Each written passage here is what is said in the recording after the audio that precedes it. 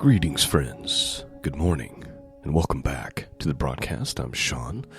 Website can be found at scriptureandprophecy.com. Just a quick reminder, this broadcast is 100% listener supported. So please consider going to scriptureandprophecy.com. There's a support and donate tab at the top. Today, we are looking to start our week with some wisdom, some encouragement from the Psalms and from the Proverbs. We're reading Psalm 81 today and Proverbs chapter 25.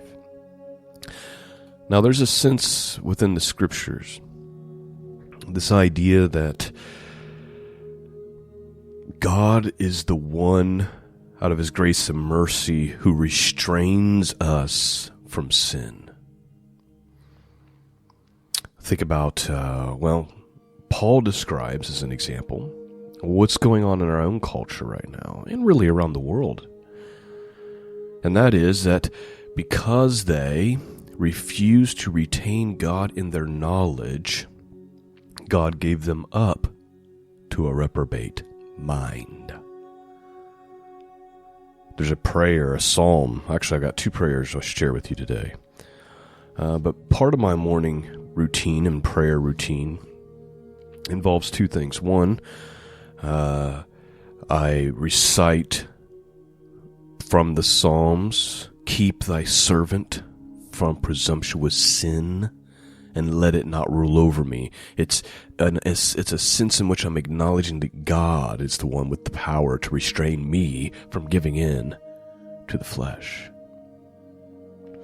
And then there's this little prayer that I've probably been reading for months out of the Book of Common Prayer before I even start studying for the podcast, before I actually make it to my official prayer time. And I wanted to read that for you, and then I'll look at our psalm, which is only 16 verses. Here's what it says. O Lord, our heavenly Father, almighty and everlasting God, who has safely brought us to the beginning of this day, defend us in the same way with thy mighty power, and grant that this day we fall into no sin, neither run into any kind of danger, but that in all our doings, being ordered by thy governance, may be righteous in thy sight, through Jesus Christ our Lord. Amen. The reason I bring all of this up this morning before we start our psalm reading is because we see this in this particular psalm, where God says, if you would have obeyed my ways, you would have been blessed. But because you refused my ways,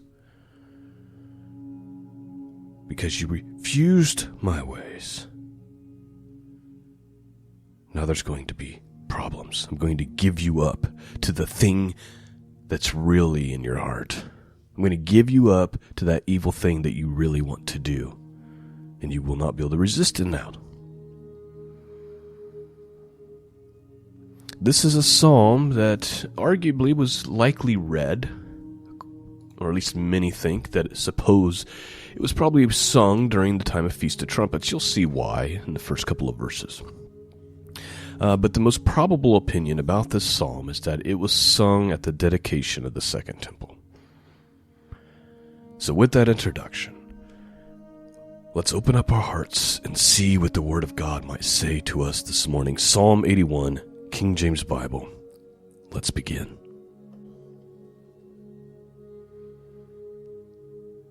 Sing aloud unto God our strength. Make a joyful noise unto the God of Jacob. Take a psalm and bring hither the timbrel, the pleasant harp with the psaltery. Blow up the trumpet in the new moon, in the time appointed, on our solemn feast day.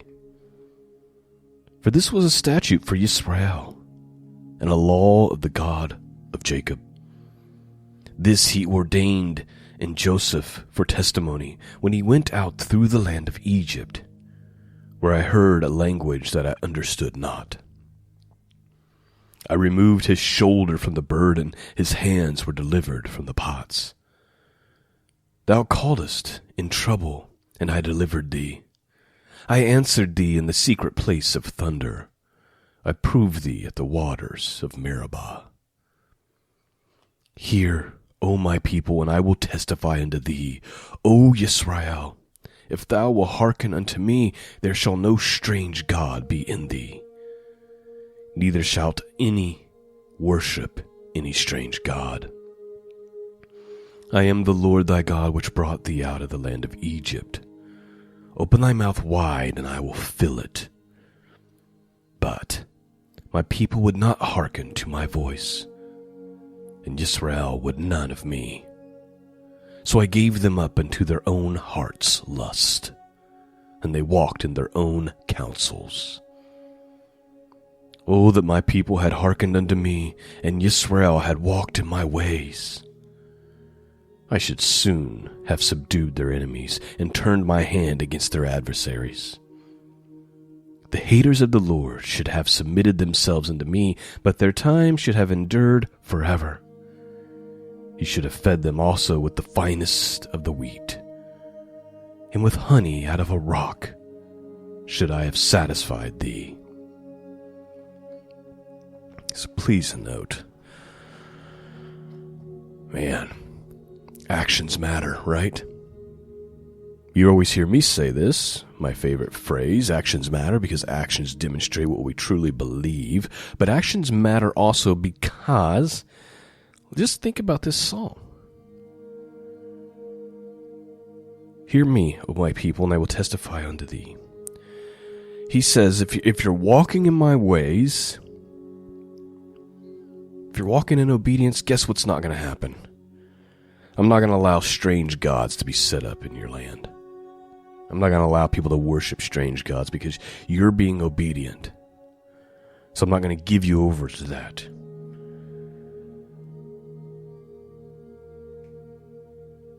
You open your mouth wide and I'll fill it, he says. But because my people would not hearken to my voice, I gave them up to their lust. And now you're going to walk in your own counsels, what you think is wise. And he says, if you had just walked in my ways, if you had just listened, I would have subdued your enemies. I would have turned my hand against your adversaries.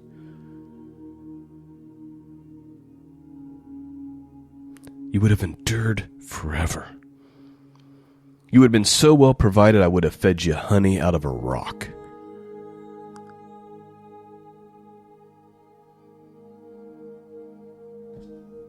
But we would not.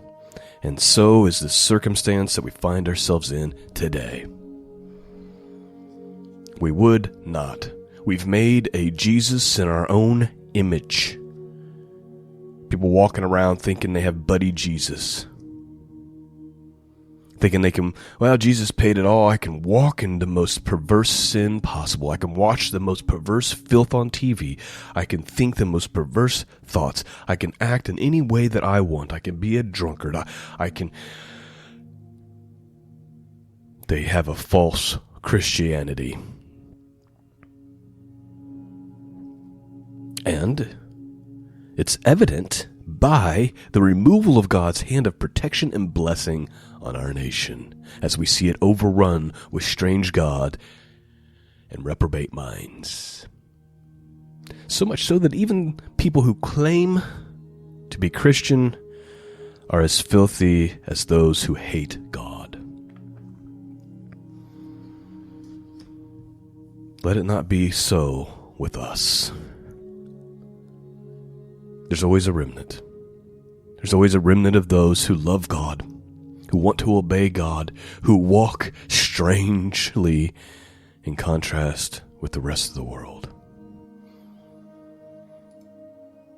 All right. Shall we look at Proverbs chapter 25? Warnings and instructions continued. Let's have a look.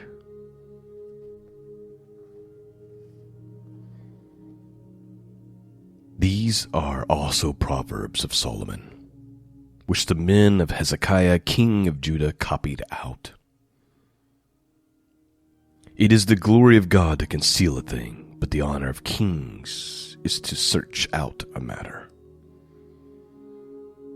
The heaven for height, and the earth for depth, and the heart of kings is unsearchable. Take away the dross from the silver, and there shall come forth a vessel for the finer. Take away the wicked from before the king, and his throne shall be established in righteousness. Put not forth thyself in the presence of a king, and stand not in the place of great men. For better it is that he be said unto thee, Come up hither, than thou shouldest be put lower in the presence of the prince whom thy eyes have seen. Go not forth hastily to strive, lest thou know not what to do in the end thereof, when thy neighbor hath put thee to shame.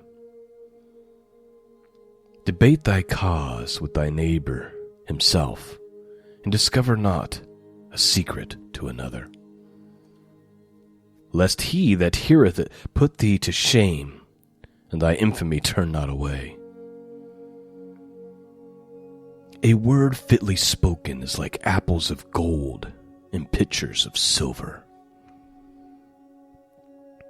As an earring of gold and an ornament of fine gold, so is a wise reprover upon an obedient ear. As the cold of snow in the time of harvest, so is a faithful messenger to them that send him, for he refreshes the soul of his masters.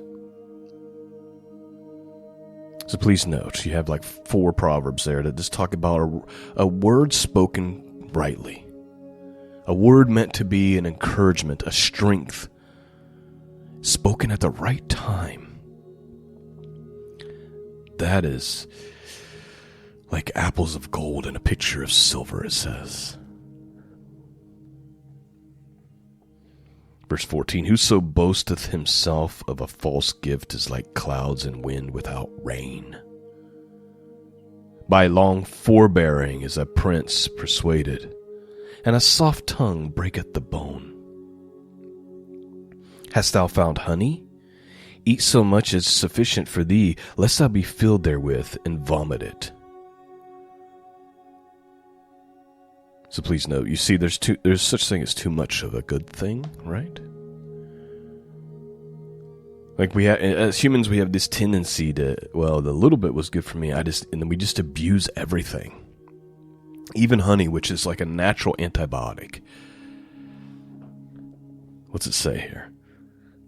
It says, have you found honey? Eat as much as sufficient, lest thou be filled therewith and vomit it. There comes a point where if you overindulge on something, it'll make you sick, both in a literal way and a metaphorical way. Let's continue on. Verse 17. Withdraw thy foot from thy neighbor's house, lest he be weary of thee, and so hate thee. In other words, don't overstay your welcome. A man that beareth false witness against his neighbor is a mole, and a sword, and a sharp arrow. Confidence in an unfaithful man in time of trouble is like broken tooth and a foot out of joint. As he take away a garment in cold weather, and as vinegar upon nitre, so is he that singeth songs to a heavy heart. If thy enemy be hungry, give him bread to eat, and if he be thirsty, give him water to drink. For thou shalt heap coals of fire upon his head, and the Lord shall reward thee. There is so much truth to this. If you just kill people with kindness, even when they're just mean and evil to you, you heap coals on them, and God rewards you. The north wind driveth away rain, so doth an angry countenance and backbiting tongue. It is better to dwell in the corner of the housetop than with a brawling woman in a wide house. As cold waters to a thirsty soul, so is good news from a far country. A righteous man falling down before the wicked is as a troubled fountain in a corrupt spring. It is not good to eat much honey, So for men to search their own glory is not glory. Look, if you have to tell everybody else how great you are at something, you're not great. If you're really great, they'll talk about you. If you have to talk yourself up, you're not that great. If you have to tell the whole world that you're the greatest of all time, guess what? You're not. Last verse, he that hath no rule over his own spirit. It's like a city that is broken down and without walls. If you don't have any self-control, there's no hope. Lord, have mercy on us. I like how that ends because it's really how it began. God has to, out of his grace and mercy, provide us with the strength to resist sin, with the strength to have self-control. It all starts with seeking God and understanding that none of this is within ourselves. I pray you've been blessed this morning. I hope that this is helping you start your week in the most brilliant way.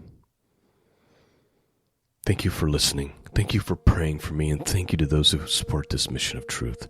Peace and grace be with all of you, and until next time, God bless.